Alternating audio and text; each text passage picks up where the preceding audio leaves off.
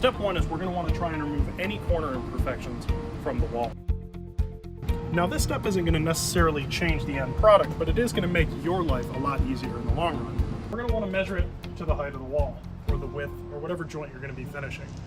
So I'm going to hop up on my bench here, the ladder. Once I've got my measurement here, I'll grab a pair of scissors and cut her off. And then after that, now that we have this, we're just going to pre-crease this. We're just going to add some mud to the pan. Step 3 in this process is we're going to want to use our ToolPro corner applicator or a joint knife, some compound in a mud pan, and we're going to apply the mud straight up into the corner. So the key here is to be liberal. Now we're going to take that cut of Strait Flex Medium we made a little bit earlier. You can see I finished applying the mud to the corner.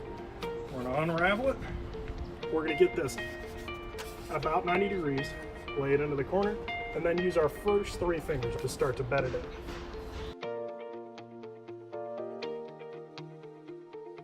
Step 5 is we're going to want to wipe down the joint. So we got our joint knife back out.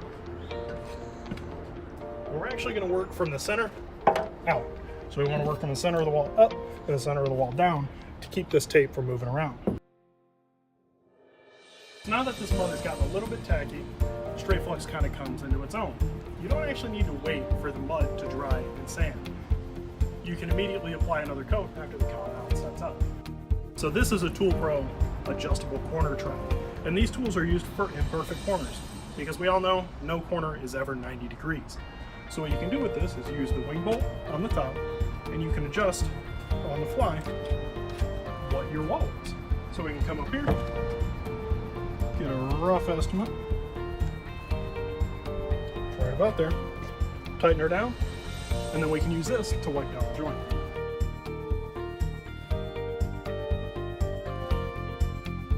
So the final step in the process is we're going to sand this down. We've let the compound dry overnight. We've got ourselves a pole sander with a sheet on it, so we're just going to take the pole sander,